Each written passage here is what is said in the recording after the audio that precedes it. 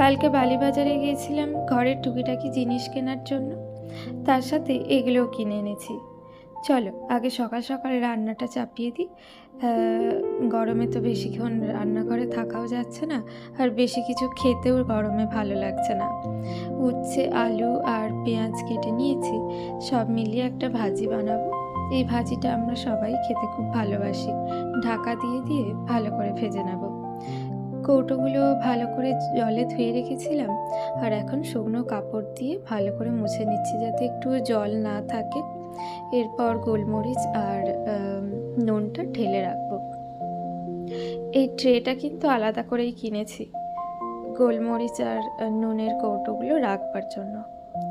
আমার ভাজিটা রেডি হয়ে গেছে, আর এদিকে কৌটোগুলোও ফিল করে নিলাম। এই ট্রের মধ্যে নুন, গোলমরিচ আর একটা টুথপিক হোল্ডারও রেখেছি।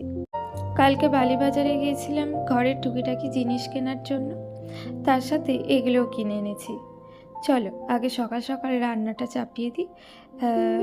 গরমে তো বেশিক্ষণ রান্নাঘরে থাকাও যাচ্ছে না, আর বেশি কিছু খেতেও গরমে ভালো লাগছে না।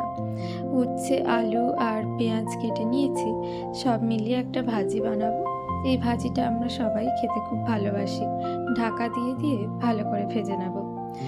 কৌটোগুলো ভালো করে জলে ধুয়ে রেখেছিলাম, আর এখন শুকনো কাপড় দিয়ে ভালো করে মুছে নিচ্ছি যাতে একটু জল না থাকে।